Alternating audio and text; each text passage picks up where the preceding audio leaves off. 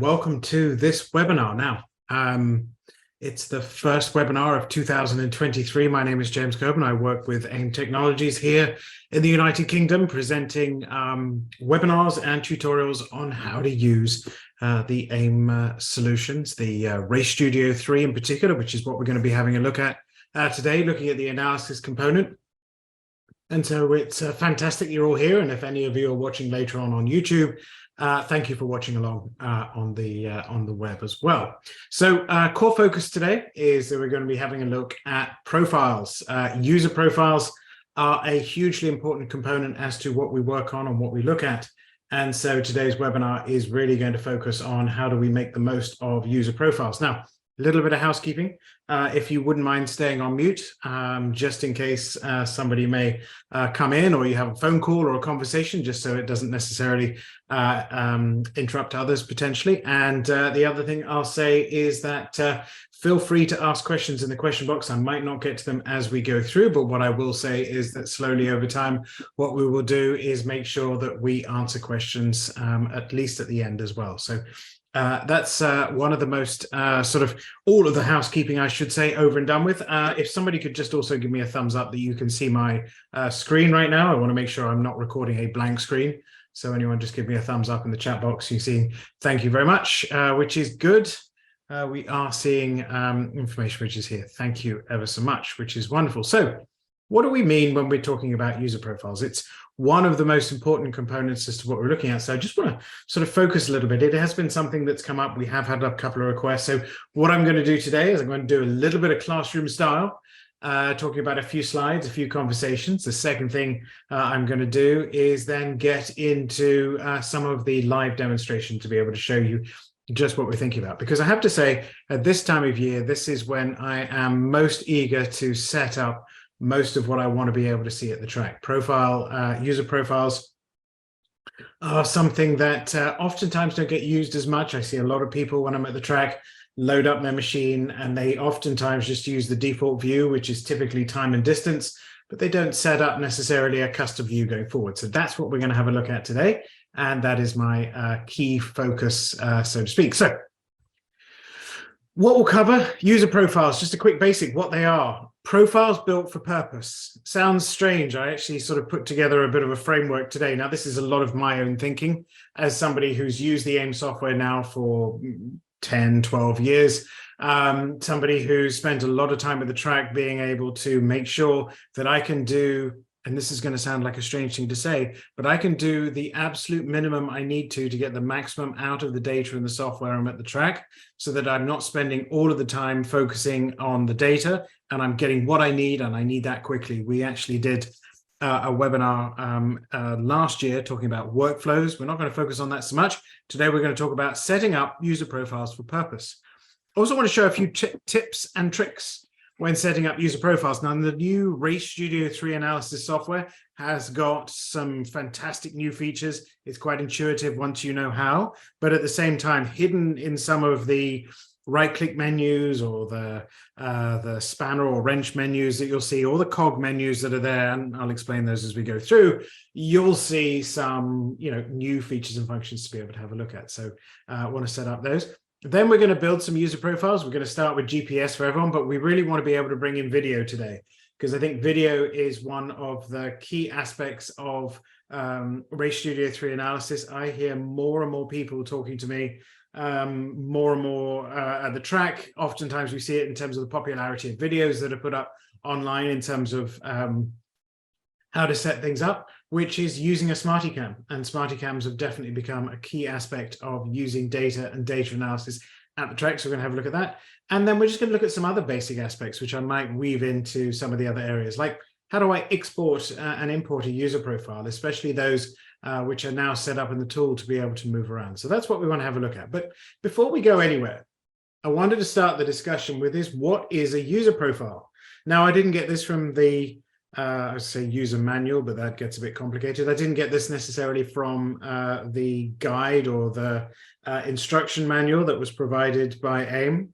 I put this together based upon what I believe a user profile is, and hopefully it makes sense for everyone who's on the call. But for me, a user profile is a custom view of either a singular or multiple data inputs In many instances, those are referred to as channels that allow you to perform data analysis for a purpose. And that sounds like a strange thing to say, but one of the things I think is really important, which I oftentimes see happens, is that people download the data and then they open up a view and then they hope something magical will pop out on the screen and actually tell them where they can go and find a second or two on track in terms of where to find improvement. It's an interesting sort of variable, which is oftentimes that's not as easy to see unless you've set up a particular view of that data to achieve an objective. And so what I wanted to do was to think about, what do we actually mean in terms of that purpose? And I believe there are three key aspects in terms of the purpose as to why you use the data. The first and the most commonplace scenario that we generally tend to see in terms of people using, because it's universally applicable across every single AIM device from a data logger all the way through to an advanced dash, is driver development. Then you've also got the fact that many people use a dash because it allows them to remove any extra dashes that they may have that were default in the car. It allows them to remove gauges. It allows them to be able to remove, every sort of element of indicator that's except for on the dash. And interestingly, one of my race cars that I have, that sounds very sort of ostentatious, isn't it? One of my race cars. Well, the race car I have right now, I should say, only has an AIM dash on the steering wheel. There are no other gauges that are available. But those signals are always useful for not only what you see on the screen to be able to tell you, your water's hot, or this is the speed you're going, or you've got a flat tire, but also they're very useful for being able to give you information about vehicle health. And then the last thing we see in terms of purpose is chassis development, which is how do I make it so that if I understand what the chassis of the car is doing, which could be from any element such as shock settings to wheel pressure, whatever need be, wheel pressure, tire pressure, I should say. Wheel pressure is a new one on me. Tire pressure or tire temps.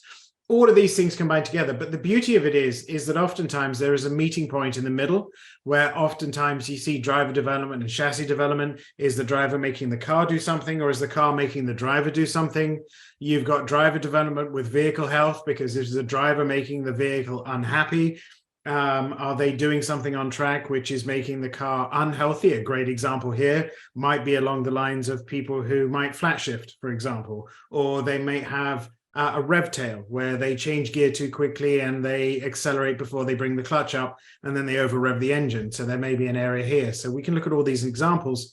Then similarly, there's a combination of all of these together. But the purpose is really important to be able to identify what you're going to do when you set up your profile. It's rather like a custom view of anything we do. And so I put a few examples here, and many of these we're going to have a look at today, because they're not always what we think about in terms of the AIM and the data. The first is driver input analysis. What is the driver doing? And how is that potentially increasing or decreasing a lap time? A great example here might be, I'm braking too early, I'm braking too late, I'm inconsistent with my braking. What is the driver doing?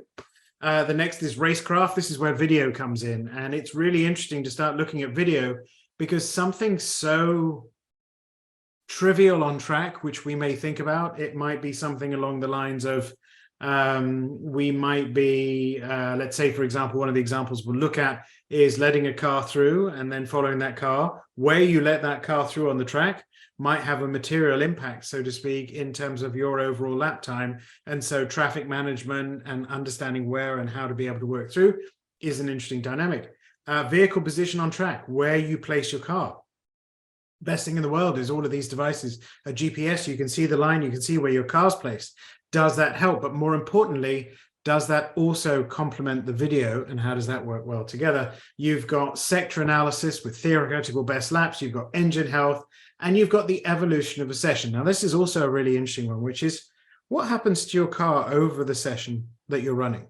What is the car characteristics at the beginning of the session and the end of the session? What's happened throughout it?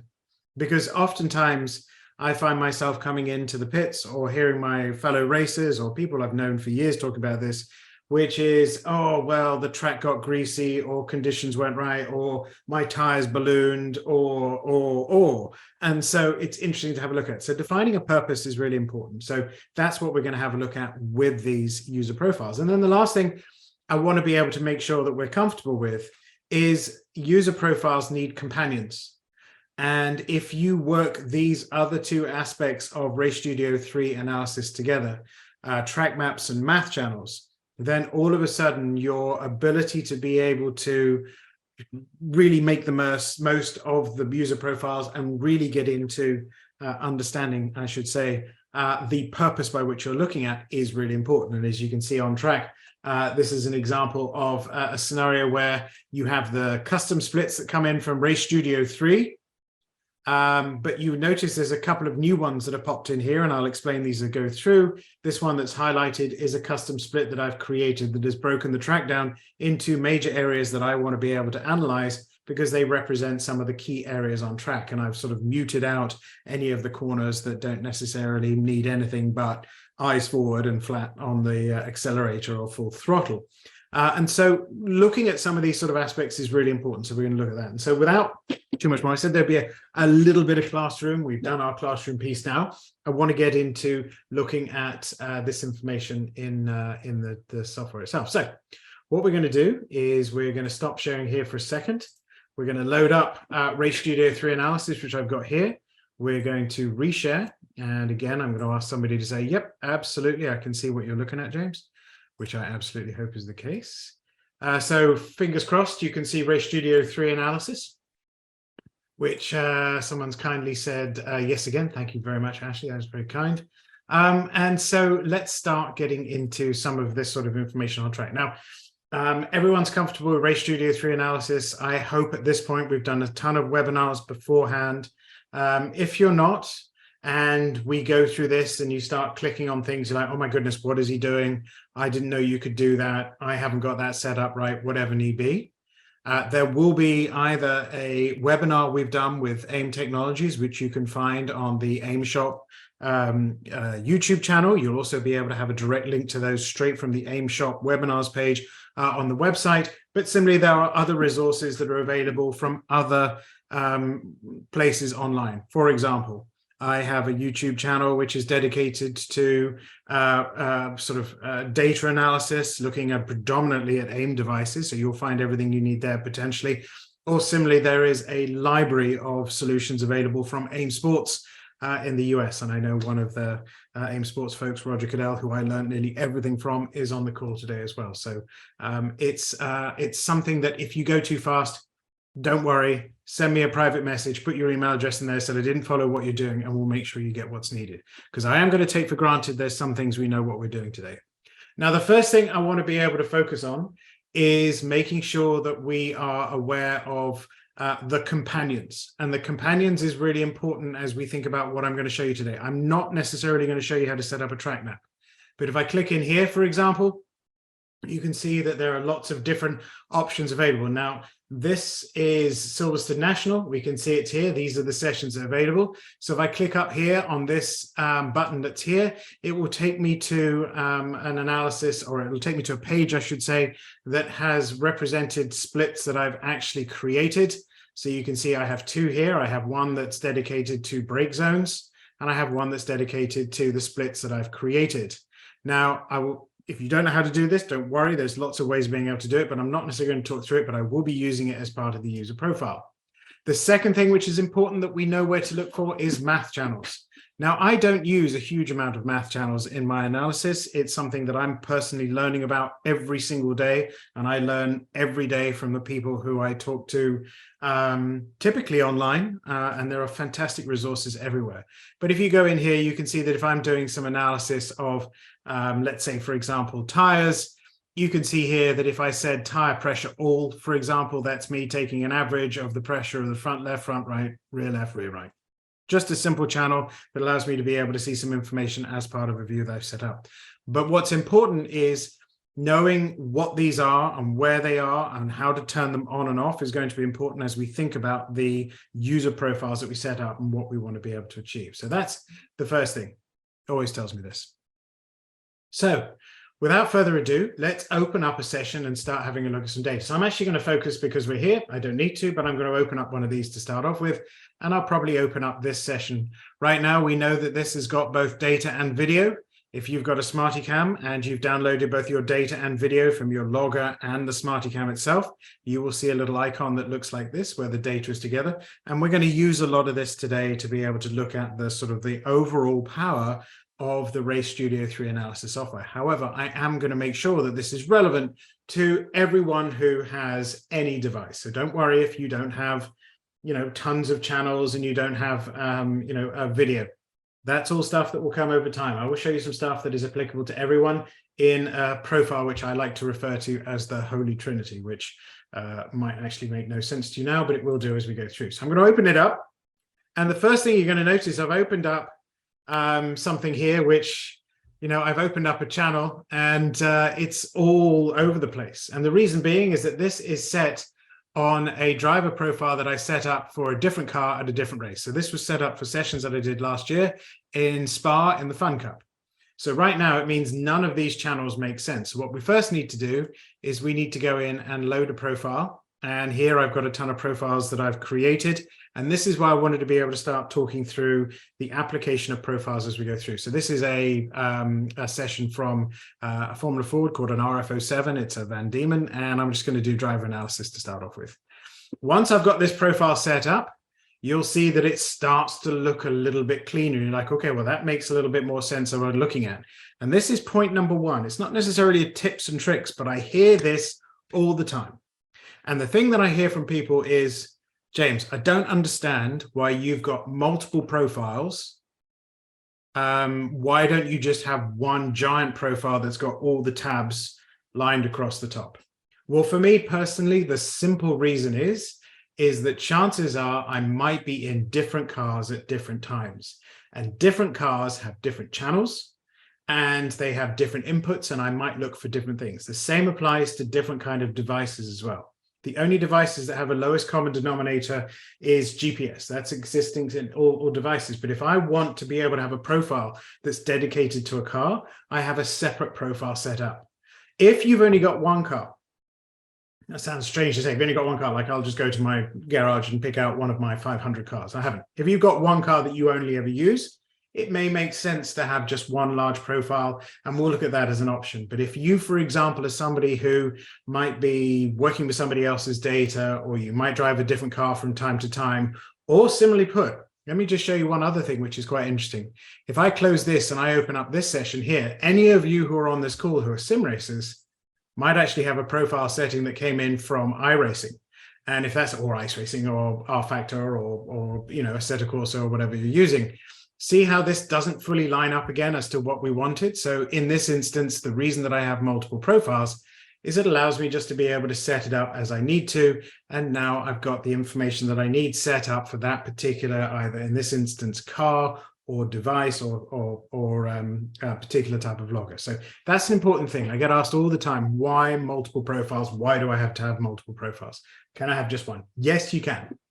But at the same time, if you start seeing different inputs, sometimes it's smarter to have more than one. And it's an important thing to be able to think about as we go forward. Now, what I wanted to do was I'll probably go back to the previous file that I had open, which was Silverstone, I believe, because we wanted to be able to have a look at some of the inputs. Similarly, as we look at this right now, and as we're going in, we notice that we have just the iRacing profile. So I need to go in and load this one up, which is relevant to this particular vehicle. Now, before I get into creating a profile, there's a few things that I want us to all be comfortable with that we're seeing here. Now, I've got this one set up on purpose, so you can see a lot of things working in unison together, those companions working together. Now, the first companion that we have is a track map. And I've set up a track map here. Anyone knows how you do it? You just drag and drop and move these around. And this represents the major areas at Silverstone National, which I've set up so I can actually relate to where this is on track. One of the key components in terms of setting up anything for purpose is being able to do something with that analysis. It sounds like the most bonkers thing in the world, but one of the things that the AIM devices do is that when they separate a track, they break the segment of the track down into, is it a right-hand turn, a left-hand turn, or a straight? Now, say, for example, you're doing that at the Nordschleife, where there are 160 odd corners. it makes analysis almost impossible to exactly remember that exact moment. Am I here? Am I there? Where am I? What was I supposed to do here? So the first thing I've got set up with this user profile is I have it in unison, and it's a companion with a track layout. It's kind of an important thing to be able to have a look at. Again, if you don't know how to do this, there are webinars which will be linked to where you can go and figure out how to set up your track. The next thing I wanted to be able to show on here is that there are different tabs that are open. Now, these tabs all represent different pieces of analysis that I want to do on this particular user profile. And all of these tabs represent these particular buttons that are here, except for this one. And we're going to come to that one a bit later on. But all of these tabs represent these particular areas. So data and movies is this tab here that's open. Time and distance is this one that's open. And depending on what you want to be able to have a look at, the first thing to remember is a tab here is also one of these buttons that you've loaded up. And the more of the information you want in your profile, so for example, if I wanted to be able to add in here a channels report, if I clicked on there, it opens another tab and it provides me with more information to have a look at. Then similarly, if I close it down, it closes itself down. And so that's the first thing to be able to know in terms of what's happening with the profile. These tabs are just a collection of these particular buttons that are here. Now, one of the things you probably just saw me do there is that I loaded this channels report and then I got rid of it again. If I loaded this channels report that is here, interestingly, some interesting information that's on here. I'll always start leaning into doing data analysis as soon as I open up a tab for some bizarre reason. I must have issues.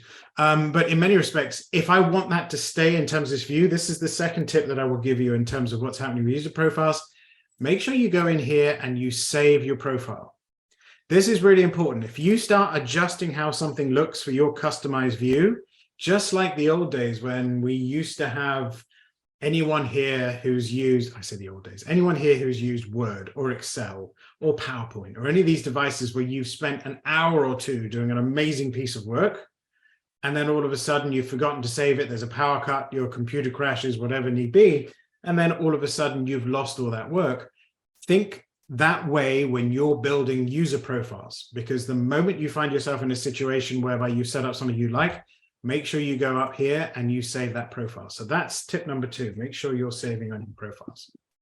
Next things to think about as we go through is how to start thinking about customizing your profile. See, I can move these around, I can adjust them as I need to. Now, there's a few other things that I want to be able to put in place as we start thinking through this. The first is I want everyone who's building profiles to get comfortable with the fact that everything here is customizable. You can drag it, you can drop it, you can resize it, and as long as you save it, you can keep that information around, which is quite a nice thing to be able to have. So you can customize this for your own view. And a lot of these buttons that are here are really customizable for your own particular view. For example, right now, you'll notice that I can change the thickness of the line here to be able to see the line of the track. It's always set to about 2 for default, but if you want that wider because you want to be able to see it clearer, or it's a really sunny day and it's bright shining on the screen, you've got all these functions to be able to work on. So get comfortable with a lot of the buttons and things that are here. The other thing I think is important is to find different aspects of the cog and the spanner or the wrench. These are 2 key things that are really important as we're setting up certain aspects. Now, if you click up here, it will bring you to the settings and the options that are available. Now, what you'll generally tend to find is that the settings that are here correspond with tabs that are open or one that you've clicked on. So for example, you'll notice that we have track map and split times. Here's the track map, here's the time distance.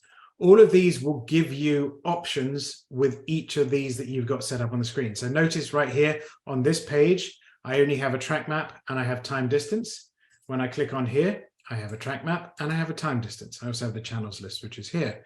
So every time you're going in and you want to customize, just get comfortable clicking around. And all of this will start coming together as we start building profiles. So you can feel a little bit more comfortable as to what I'm doing as we go through.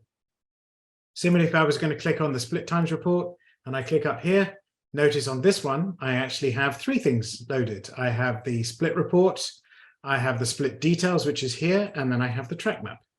And so you have all of these different options. Now, in many instances, every single one of these things I'm showing you, we have gone through in previous webinars. But the beauty of a user profile is you can start bolting them together to see different types of data. Similarly, the last thing we've got here is data and movies.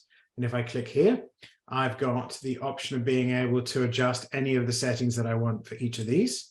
Now, this is an interesting one. Play sound for all movies. I will get into all of these, but as I'm clicking through, there are certain things that will stand out. For example, if you find yourself in a situation of wondering which ones of these it's playing, if you had multiple apps, these are the place you go to be able to work with your settings. So a lot of things to work on there. So that's sort of a key sort of aspect there. Now, the next thing I want to be able to show is something which I can't show on the webinar. And it's not that it's secret or it's clandestine, it's because you need to have two monitors. But one of the things that people often find is that if they're running multiple monitors, how do I actually use Ray Studio 3 Analysis to have data on one screen and video on the other? Well, you actually have that option, and the beauty of it is it will be linked together.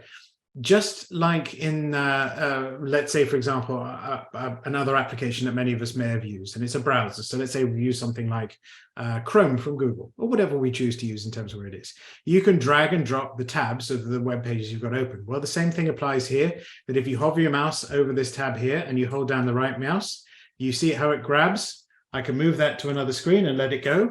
And now it's disappeared from here, but it's on a different page. Now, I actually do have another screen, but you can't see it. It's over there.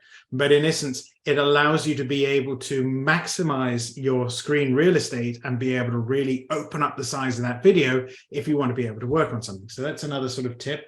If you want to bring it back, just grab it, hold it, and drag it back over to this particular page, turns into an X, which you can now see on the screen. And if I let go, it will just load back up to where we were before. And so there it is, it's back on the screen, and now I have it there. That's something that very few people actually know. And it has been a feature that some have and some haven't used. And I actually just wrote to the AIM folks on Monday, actually, and said, is it working? And they said, yeah, absolutely. We've done all the updates that we need to. So anyone who's tried it in the past, has it worked?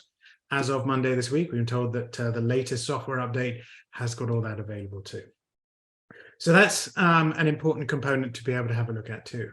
Now, there are a few other things that I want to be able to show in terms of tips and tricks, but what I want to do is do it in relation to actually building a profile. So what we're going to do now is we're actually going to create a brand new profile. Now, what I'm going to do is I'm going to delete all of these. So it's just going to be a blank page.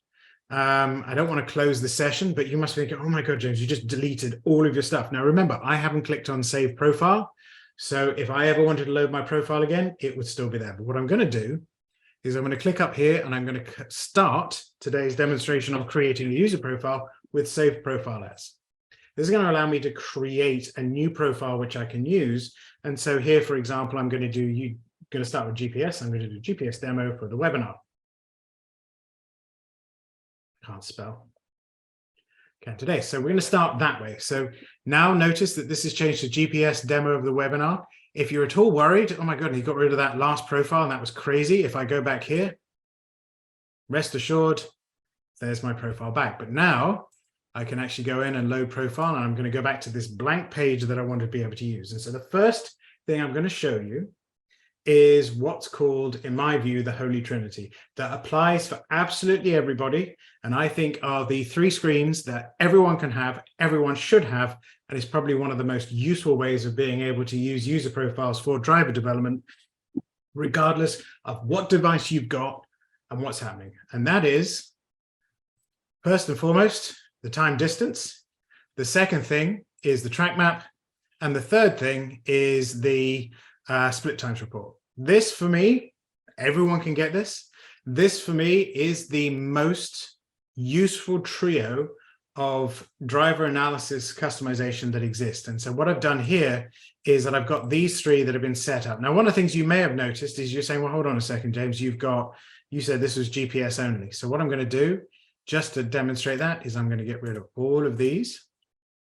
So I'm going to start with GPS, and then what I'm going to do is I'm just going to scroll down here, and I'm just going to use the GPS settings. I do have an option here, which is typing in GPS as well if I want to. And these are all the GPS channels that everybody has. I don't care what device you're using.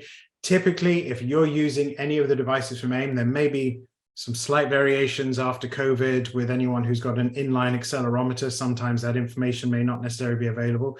But at the same time, any of the GPS stuff that we have, longitudinal, latitudinal, GPS feed, These in particular are the ones that are super useful to be able to have. So I wanted to start off the profile to be able to do that. So that's where we are.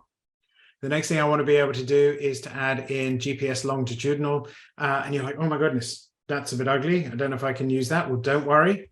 We want to be able to go up here and we want to be able to do tiled.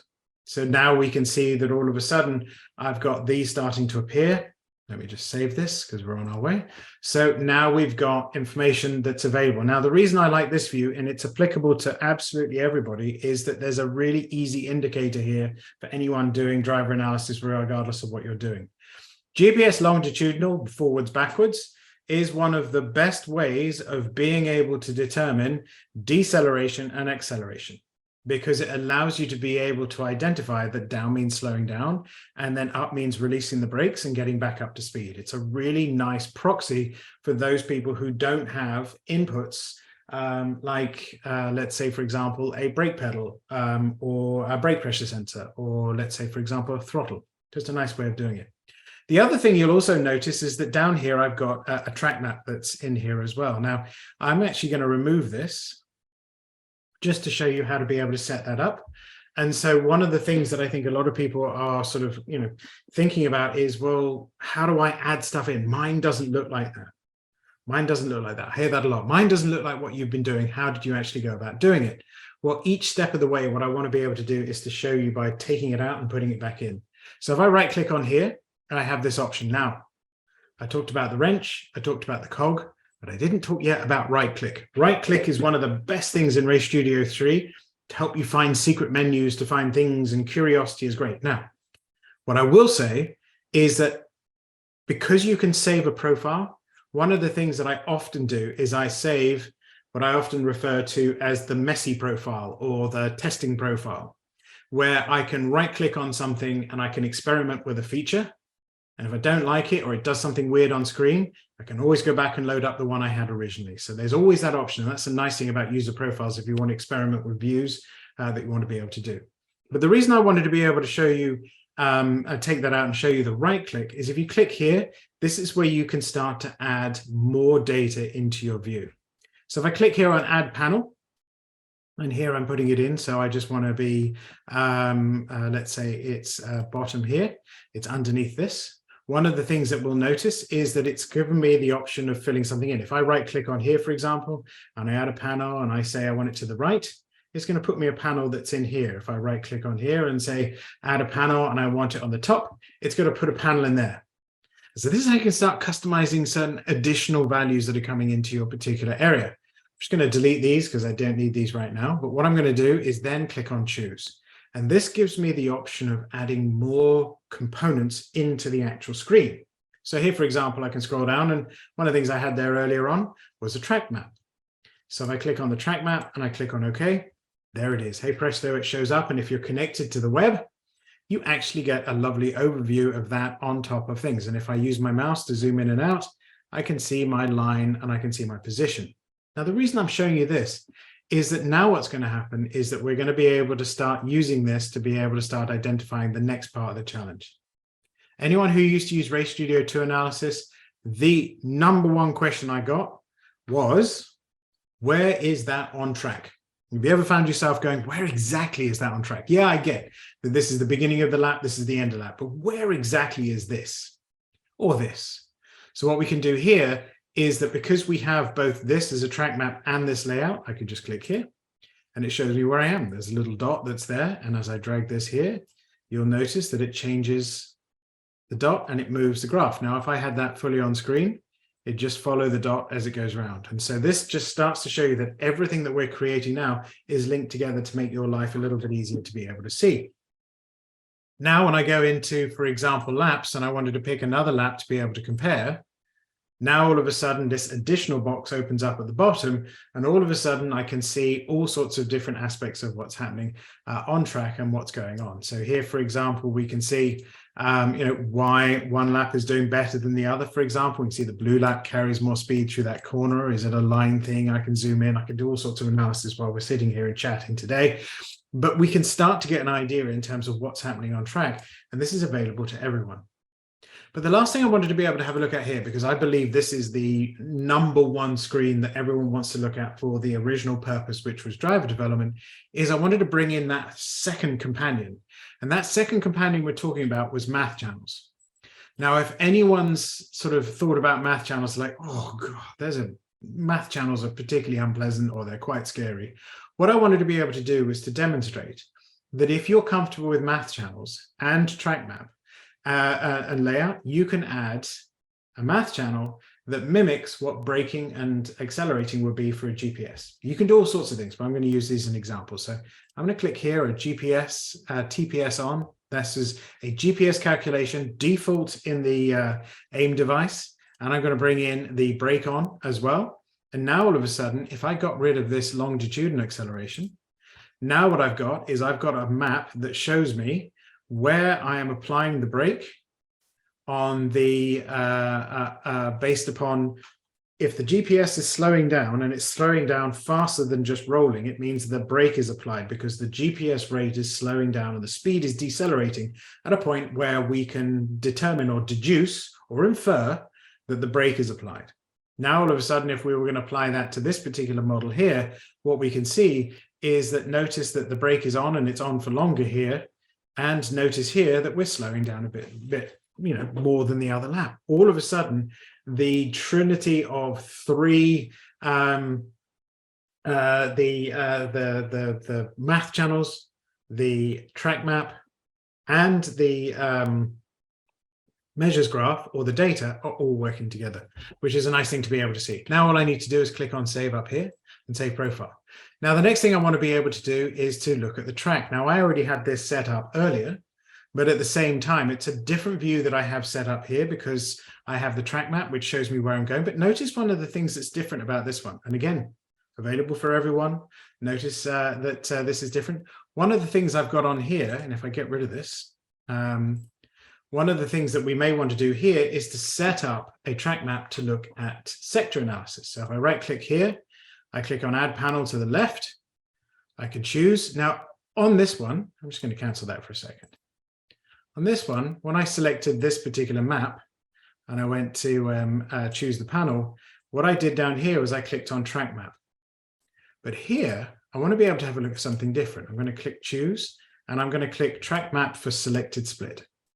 Now, this split here represents COPS, which represents COPS that's here. So if I click and I'm in this sector here, this is the COPS sector here. So when I'm on the track, now I'm in this particular area. But instead of seeing the whole lap, as I scroll over these particular areas that are here, one of the things that you're actually going to start to notice is that I'm starting to see analysis for just that sector. And notice how the line is changing.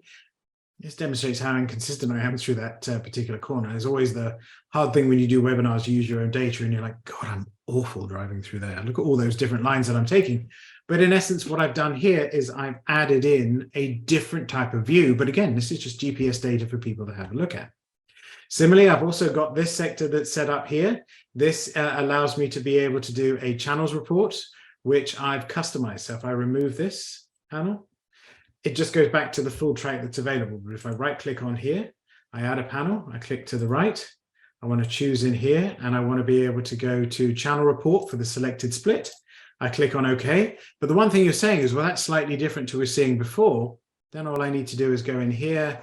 And for example, I want to do GPS, I want to do speed, and I want to be able to see the minimum and the maximum. They're going through that corner.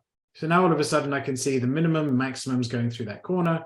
If I want to add some more in here, I actually want to be able to do GPS latitudinal, which tells me the G-force that I've been experiencing through that corner, minimum, maximum.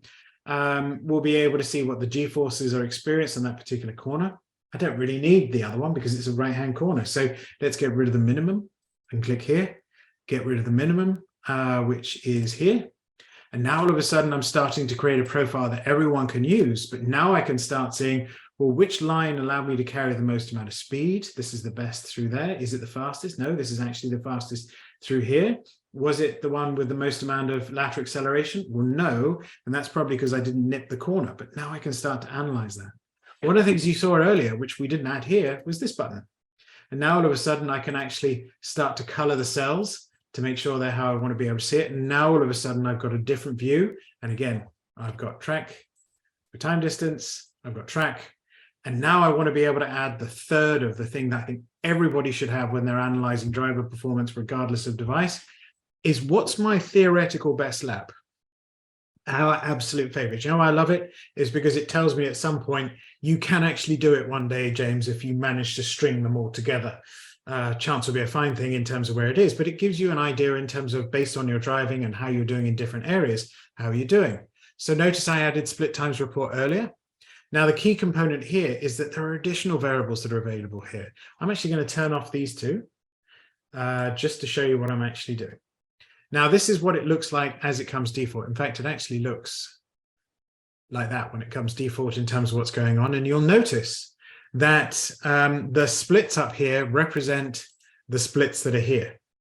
This is because it's important that when we do that track map, we're actually adding in where we want our track to be split. These are our sectors. This allows us to be able to see what's happening. Now, the reason the split times reports are useful is they'll tell you how you did through those sectors. So if I go here, I can see, wow, I actually would have got down to 102, which would be fantastic. Probably, there's still nowhere near what some of the fast guys are doing. If you're watching this driving a Formula Ford, answers sent to me in terms of how I can drive better would be very appreciated. But in many respects, it allows me to be able to see, based upon these particular segments that I can work on, how's the consistency, how's that working? But there are different views that I can add here. For example, I can add back in this, which allows me to be able to sort of see a nice visual representation in terms of what things are and how my best rolling lap was. But again, this isn't a user profile yet, as much as I want it to be for the purpose of analyzing each of those segments. So if I right click, I add a panel to the right. Now all I need to do now is to click on choose, and I can go in and I can start adding in more information for this particular area. Now, in this instance, there are other particular types of information I may want to have a look at. In this instance, I may want to be able to see a channels report graph that is here. So if I click on there, it's not going to work because I don't have a channels report added, but I can, and the reason I did that, you may think I did that by accident. I didn't, I did it on purpose, I promise, is that one of the things that I wanted to show in terms of the tips and tricks of setting up user profiles is if I right click here, I can choose a panel, and if I add a channel in here, I can also change it to something else in terms of what I want to be able to do. So in this instance, I'm adding in split details, and now I've got information about this particular split that I can see. And as I scroll down, I can see all of these. But if I go in here and I right click, I can always change the panel and change it to something else just by clicking choose panel. I do not need to remove the channel to add another one in. I can just choose a panel and it will change as we're going through. So here, for example, I could add in, let's say, for example, a track map. And I've added in the one for the split. So now I can see each of those laps. And so I can now go in and say, okay, well, what's my best sector? What was my best split? That one. What did the line look like? Well, now I can see what the line looked like in terms of going through, and I can see what the bad one looks like, which is a little bit, off track. That was my first lap out, so probably forgivable in terms of where that is. Now I want to add back in a little bit more information. So if I right click, I click on add panel. Let's do one at the top. I click on choose and I can scroll down. What I can do here is I can go in and I can say, brilliant, I want to be able to see the information for that particular split. So this is where I want to be able to see the split details information. If I click on that, there's all the information. I can see it based upon an analysis of laps from time. I can see it based on distance. I can see it based upon the difference. This bottom one I never really used. I don't know if anyone's figured that one out. It's not something I do. So that's time and distance. So I usually hide that one. And I actually generally hide all of these for me personally. Click here, hide. And then now we've got everything we need to be able to see. So I can see what my speed was going through that. Is that consistent? You may be wondering, well, why have you left this one, James? Well, it's really interesting. If I go to, let's say, for example, Brooklands here, or I go to Luffield in particular, this is the one where there's a million different lines that go through here, except in the wet where there seems to be one. And there's a very interesting way of being able to look through how best to be able to work through that. But the reason I've wanted to show you this as well is that notice here that now I've got it set up so I can see which line was fastest, which was this one. I can see what the actual line was as I went through that corner. I can see what the speed trace looks like going in and coming out of that corner overall. And it gives me an idea in terms of the line to take. Once I've done that, all I need to do is click on Save Profile, and anyone with a GPS device is now in a position to be able to use this data. And if anyone sends me data, if I'm at the track and I share data with drivers and someone's got the most advanced sort of brand new, if it's a Formula car like an Evo 5, or they've got, like me, an Evo 4S, or they've got any of the dashes, and then someone says, well, hold on a second, I've only got a Solo. Everything I've just shown you here is applicable to everyone, and you can analyze data between two drivers, you can look at the positioning on the track, and you could do driver development. You can work through that sort of analysis, and it's as simple as that in terms of setting it up. So one of the things I will offer, and anyone who's interested in this, please feel free. At the end of the webinar, I'll put my email address below, and I'll probably see if we can actually upload it for the YouTube video. So hopefully anyone on YouTube, if you look in the description box below, hopefully this file is down there as well. You should be in a position to be able to utilize this yourself. And you can use this actual profile with your devices and actually use this. Now, some of the things that may not work is that you may not have these GPS settings that are here. If that happens to be the case, don't worry. What I'll actually do is I will just simplify this for today's demonstration by going in and turning off this one, turning off this one, turning on the GPS longitudinal, clicking on Save, and that will be the profile that I share with everyone today, so you can actually go in and start analyzing the data exactly how we've had a look at it today. And you will have this, you will have this, you will have this, and it'll all be ready for you to be able to use no matter what type of device you're using. And there should be no channels on here that you don't see. Now, the one thing you won't have is you will not have the track segmented into these particular areas depending on where you are. If you see a track that comes up here with 1, 2, 3, 4, 5, 6, 7, that's the segments that have been created. If you are interested in that point as to how to create your own track map, don't worry, there is a webinar. All you need to do is to go back into the archive of the webinars we've done, and you can see how to be able to build your track map going forward. So that's really sort of like the profile and looking at some of the tips and tricks going through. But what I wanted to do was start looking at how do we use this for different areas. And so what I wanted to do was do a lengthy setting up a profile, and then I wanted to show you some of the ones I've created to be able to demonstrate the purpose that you can have with the user profiles that you've created. So I'm going to turn that one off. And the first thing I'm going to do is I'm going to have a look at a racecraft profile.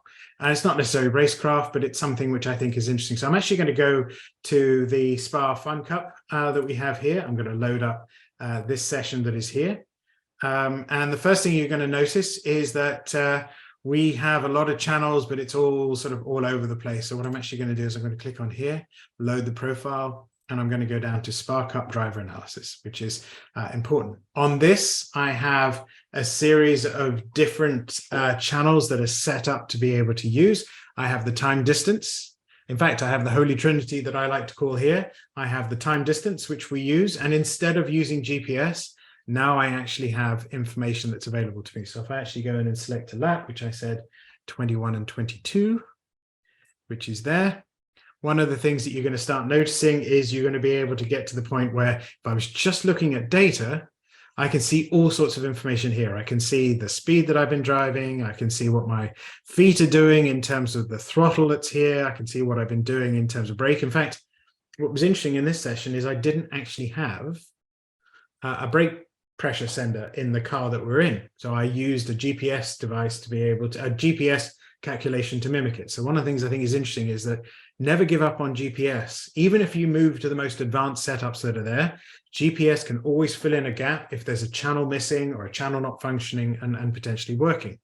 So here, for example, you can see all sorts of information that is there. Now, one of the things is interesting, and the reason I picked on this one is that one of the things that you may notice, and just to see, I've created La Source, Eau Rouge, Lecum, all the different tracks that are and corners that are there, is something happens here, which is the first thing that's there, but then something also happens here and one lap starts to get better than the other. Now, this, anyone who's done Spa Fun Cup will know that there's 125, 130 cars on track, 4 or 5 drivers by car. And so it's busy. It's busy all the time. There's never a lap when you're on your own, just enjoying yourself. And in fact, to be honest, you never want to be on your own because you need the tow to be able to put in a good lap. But if you were looking here, you'd be able to look at this and you'd say, oh, well, what's actually happening here? And I go into the track map and I may be able to, let's say, for example, zoom into Lecum. If I I want to go to the track map and have a look what's happening with line, and I can see, well, you know, there's a little bit of information that's coming through here, which I like.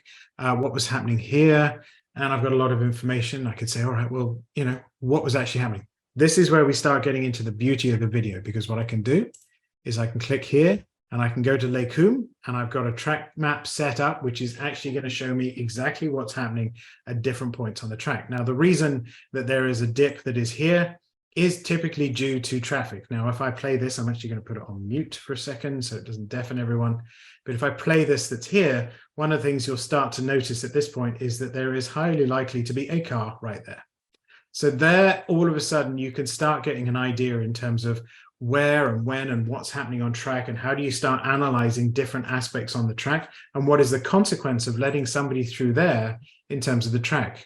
But I wanted to pick on one particular area as we did that, because I was thinking about fit for purpose. And one of the things I was saying is I wanted to have a look at why the red car did better than the blue car here. So I'm going to double click into here. And one of the things I want to pay attention to is a car that's here. Because even though I'm thinking I'm doing a good job of slowing, letting the car through that is here, there it is. And as we go through, one of the things you may notice is that all of a sudden the difference in speed, and then that speed in terms of, you know, performance coming out of that simple scenario where I let a car through there cost me half a second. And it's because I was in a scenario where it was very tight, it was very windy, and as a result, it's sort of an area where a pass in a slow particular area there where you can't manage it. I'm pointing out the obvious, I think, for a lot of people. But at the same time, the consequences of managing traffic there are different than, say, for example, right at the beginning of the lap. And so if I go back to the beginning of the lap, I can show you that here. One of the things you may notice right at the beginning of the lap, if I click here, is that notice how I don't let a car through here, but I let a car through here. It has a very small amount of consequence. I should zoom here, actually. And if I just stop at this point, notice how at this point here, I'm letting a car through in the blue and I slow right down. But at the same time, if you notice, as soon as we do that, as soon as I start following that car, and I'm going to zoom back out again, that loss is diminished by the time we get there, because I've been able to get a tow from that car up the straightaway. And so where I manage the traffic here, obviously half of this is done afterwards, going analysis, going, oh, I wish I'd done that more often in the race, probably would have cost me less time on track.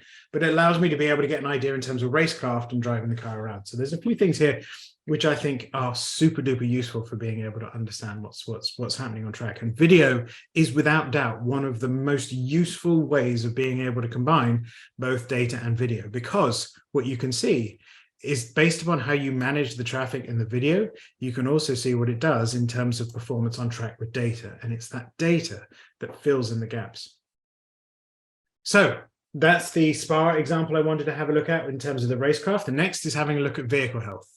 So if I close this one down here and I load up any, I can use this one. If I load up this one, this was May last year. So if I load up any of these particular sessions that I want to have a look at, in this instance, let's load up the second race. Let's have a look at this one that is here. One of the things that you'll notice is that it's all squiggly, different car, different profile, load the profile. This is an RF07. But what I want to have a look at here is I want to have a look at vehicle health. Now, one of the things you'll notice in this particular instance is that what I've got on this channels report is a lot of data. And if I click in anywhere here, I can see all sorts of models that I've got set up that allow me to see on track right now, you know, how was I doing in terms of, was the oil pressure always performing appropriately? This is an XY chart that shows me based upon, you know, the GPS latitude and information on oil pressure. If I push the car hard left or right, do I find myself with oil dropping out? It's happened to me quite a lot in the past. One of the things that I found is that in previous cars without a baffle, if I go around a corner particularly quickly or sharp, the oil moves to one side, if the pickup's on the other side, I find myself in a situation that high G-forces find the oil pressure drops. So you can see all sorts of information on the track here, but this is one of the other things that I wanted to show you at this particular point. I've got some questions that are coming up here. And thank you, Roger's answering questions as we go, which I'm really grateful for. Thank you, Roger. Is one of the things I wanted to show you here is the beauty of the spacebar. It's another tip I wanted to show you, and I did it on this one particular, because if I hit the spacebar, it cleans up the page completely. And anyone who wants to be able to see lots of detail, you're welcome to it. But sometimes if I've run a session, all I want to be able to see is the quick information that I've got set up here. So I've got the laps, I've got my max RPM. This is my max RPM trigger, which I have, which alerts me when I have a what we call a status variable that says, could you tell me when the max RPM is exceeded?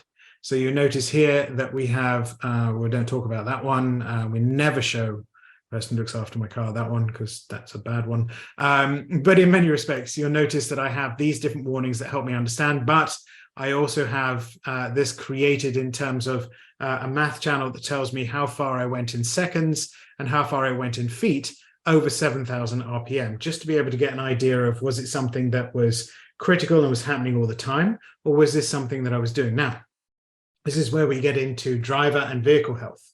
And I was talking earlier on that a profile for purpose is driver and vehicle health.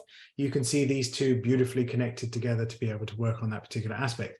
The other thing I also showed you earlier on is trying to understand different aspects of what was happening with the tires.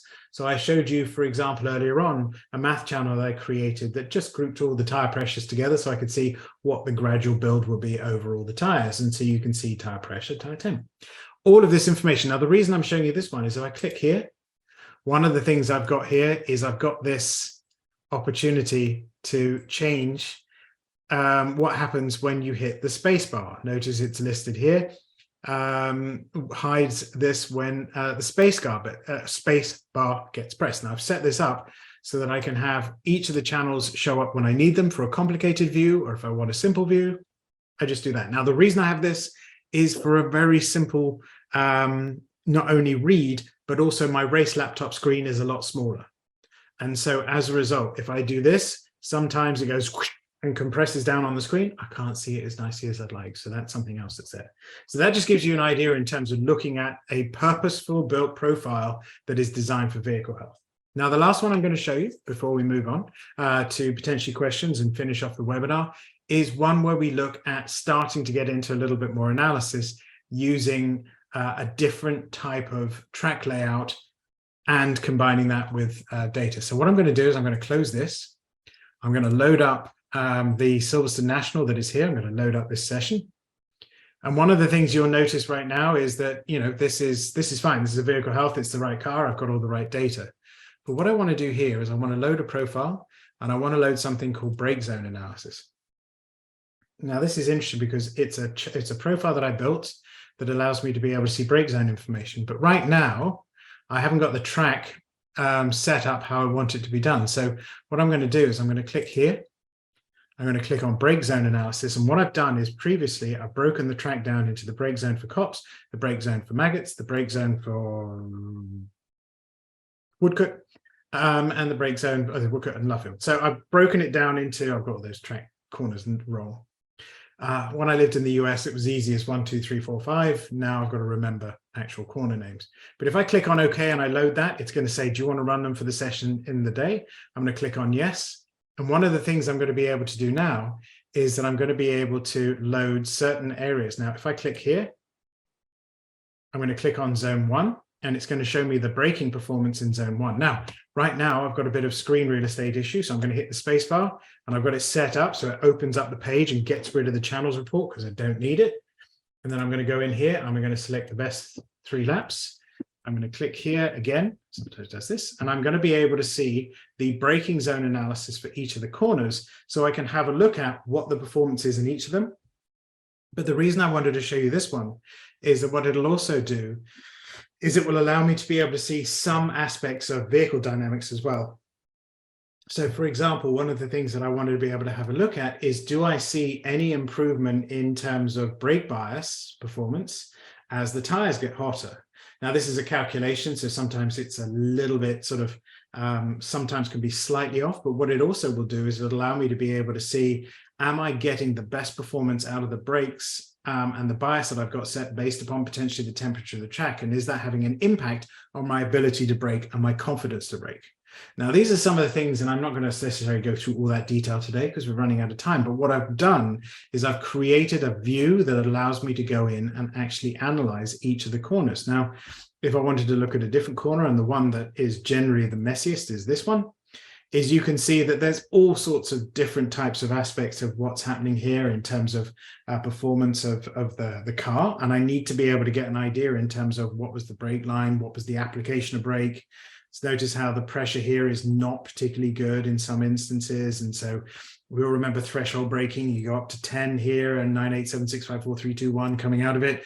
Well, mine seems to be a bit jagged in a couple of places. Why is that? Is it associated with line? Is it associated with performance of the tires and the bias? And it just allows me to have a look at a slightly different view, which I can then use to analyze. And so using all of these pieces of information allows me to be able to look at this in a sort of objective way, using purpose for why I've got these set up.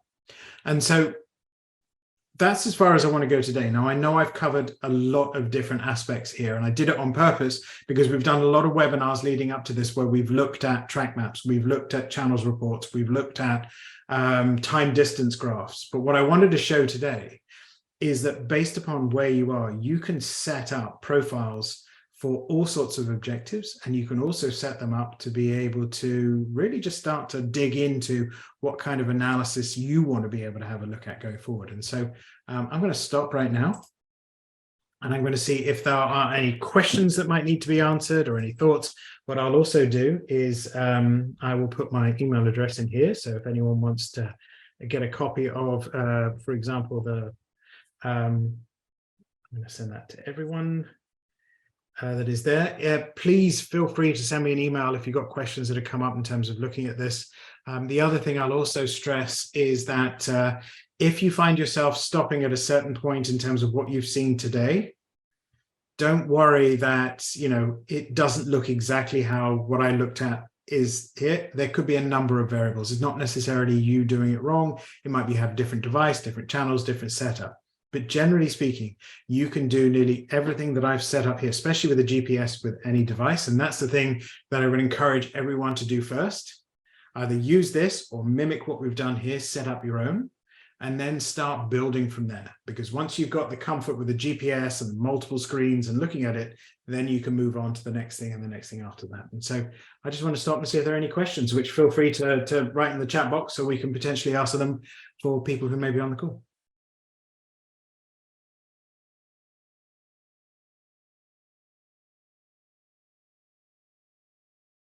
If there are no questions, which is great, what I will do is I will say thank you all very much for attending this webinar. It's been very kind of you to be here for a whole hour. Hopefully me sort of clicking around was useful in terms of where it is. Again, as said, feel free to ask questions along the way. Also, if you write them in the comments box on YouTube, typically somebody at AimShot will get back to you as well. And so with that, I will say thank you to everyone. I'll stay online for a couple of minutes just to see if there are any more questions do come up. With that, I'll say thanks and look out for what we're going to do next month.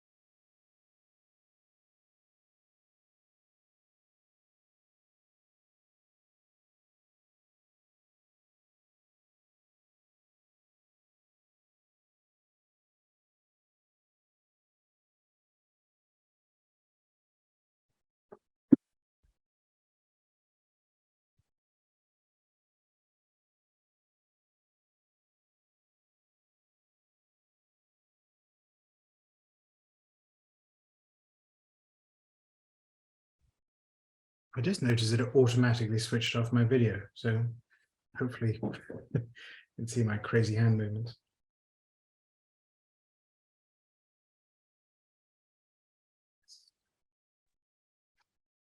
Hey, James, Yes. Does this also apply to Circle Track?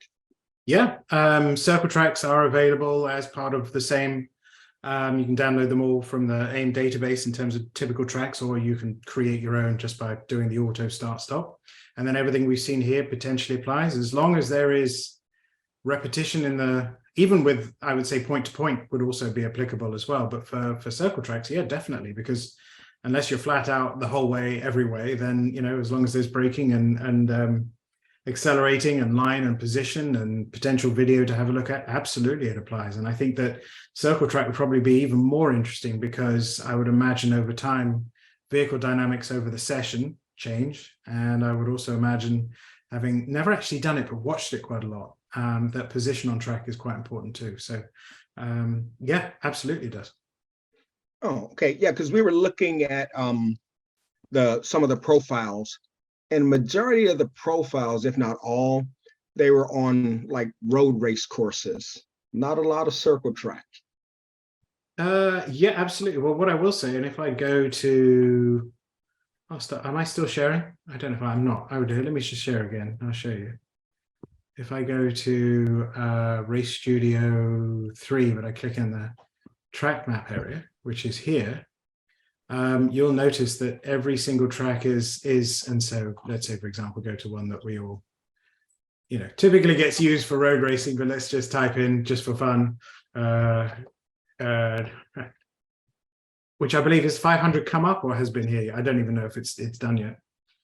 But obviously all of these have also got track maps that you can use. All of them have the same sort of components, and you have the ability to be able to sub-segment those for anything you want as well. So, you know, depending on any of these, they're all applicable. Okay.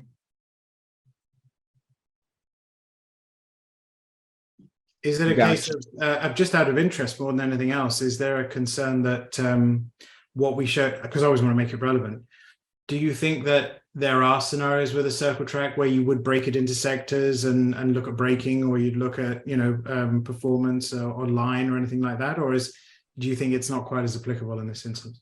I think it is, because as you enter, let's just say 1 and 2, you enter 1, exit 2, and the same on 3 and 4, and then what is the line going back into 1 and 2? So yeah, definitely, I think, and that's why I was looking at the breakdown to be able to check entry. And last week we were talking about when to get on the brakes, when to release the brakes. So that's something that you know, I'm really interested in, to be able to figure that out, is, you know, when to release the brake. You know, do you drag the brake going in the corner just to get the car to settle, or, you know, just things like that. Yeah, totally. And it's funny you mentioned that, because I was messing around here. I'm going to share it again. One of those days of sharing things, I think. Let me just get back to that. So I was all inspired by the Daytona 24. So what am I doing here? Just going to turn that one off. We're going to load up. And I went on iRacing to be able to have a look at it. And, you know, it was absolutely, I messed around with the new vehicles that were there. So I put my iRacing profile that's on here. And one of the things that I did notice is that, you know, there was sort of a lot more sort of, you notice my brake pattern here was sort of trailing it into the corner. You know, was sort of heavy brake and then release, but I also still had steering in, which you can see here, to get the car into the corner, and I was trailing it in quite a lot. And it allowed me to be able, the data analysis allowed me to be able to have a look at that and understand how to be able to roll speed into those particular corners. And I don't know if it's applicable if I do any of these, but you can see that depending on, I mean, a big part of it was the steering wheel position and unwinding the wheel, and if I got it wrong, there was a little bit of correction that was involved here. And so, yeah, absolutely. I think that you're absolutely right, that it's sort of how much do I roll in, and all of this is useful. But if you happen to have a SmartyCam, that's where you can just sort of add in the final component as well. Because for me, generally speaking, between sessions, sometimes I don't actually download the data. I just use the SmartyCam, and I look at the video file where I can see my feet movements and the steering, and I sit with one of my colleagues or coach or whatever it may be, and that's super useful to have a look at. And then I can translate that later at home in terms of what does that look like in the data as I'm rolling data into rolling the brakes into corners. Okay. Yeah, absolutely. And I think that I don't know if, and I know it's still on, but I don't know if Roger has done a circle track one on the webinars they've been doing, but it might be worth just having a look at the AIM Sports YouTube channel, because chances are there's probably, with the amount of circle racing in the US, there's probably one on there for sure. Certainly, James, we've done a few, but in reality, the circle track is just the same as the braking zone in a turn on a road course, right? The physics of it, while the oval track may be a little bit more repetition and you're trying to get perfect, literally perfect for good circle track. But the dynamics and how you measure it and look at it is exactly the same. So I think everything you showed today was very valuable for both. Cool. Thank you, Roger. Appreciate it. I know that Roger, anything that Roger adds to these is always very appreciated, as he does a million of these himself. So hopefully, usually just, as it can be in the audience without being asked to answer questions. So I appreciate that, Roger. Cool. Well, I'm going to end the webinar now. Thank you all again for the time today. I know we covered a lot, but at the same time, the beauty of this being on YouTube is you can go back and slow it down and have a look at different areas and see if we can repeat. And I'll see if we can make sure that GPS profile is uploaded so that people can actually go and play around with what they saw today. So thank you, everyone. And I will talk to you all again, I'm sure, in a month from now.